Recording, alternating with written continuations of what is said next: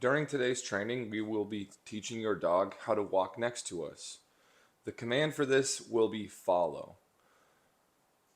The walk itself is one of the more challenging things that you can do with your dog.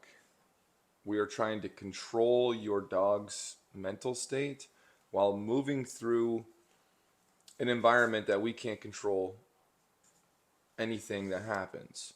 We can't control which neighbors are coming out of their house, who's walking their dogs, what squirrel is running across the road.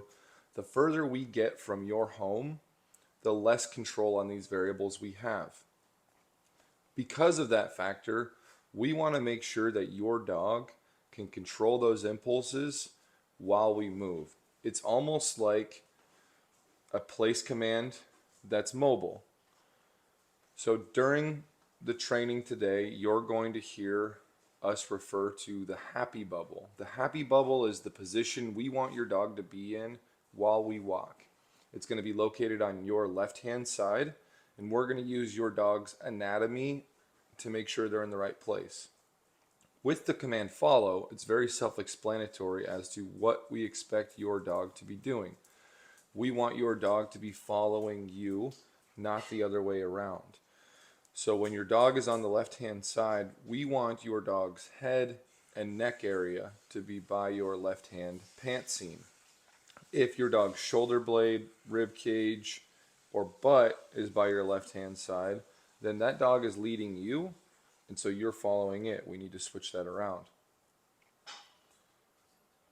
This becomes even more important when the distractions around us increase.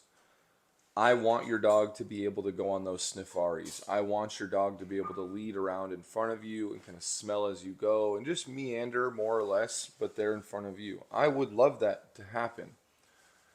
However, the structured side of the walk is something that your dog has never had before. And so without the structured part, we can't give them the freedom. Fast forward to a proficiently trained dog. I want you to be able to tell your dog follow from the front door. Your dog very calmly and obediently goes to their happy bubble, follows you a quarter mile down the road to your favorite field or green belt or park. There we can give them the break command. Your dog can go out and sniff, go off leash, chase the ball, whatever it is that you would like to do with your dog.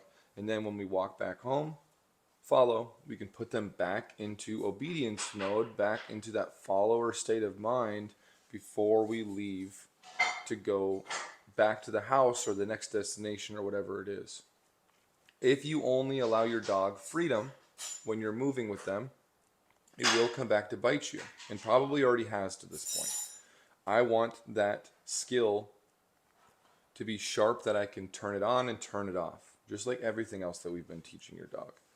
So as we move forward in the training today, your dog will be shaped into this happy bubble through our repetitions, through our training, and it's going to be a little bit rough around the edges at the beginning. And once your dog understands what we expect, it will kind of polish up. But it's very important for you to understand exactly what we want from our dog, because if we give them mixed signals on our expectations, that is where it's going to be confusing to your dog. They're going to struggle and you're going to get frustrated. So we need to make sure that, hey, their collars and their neck area is by our left leg, and it's the same for you when you work with them. We'll show you how to do this when we do our training sessions together, but it's very important that we're all on the same page and we all expect the same things when we give that follow command.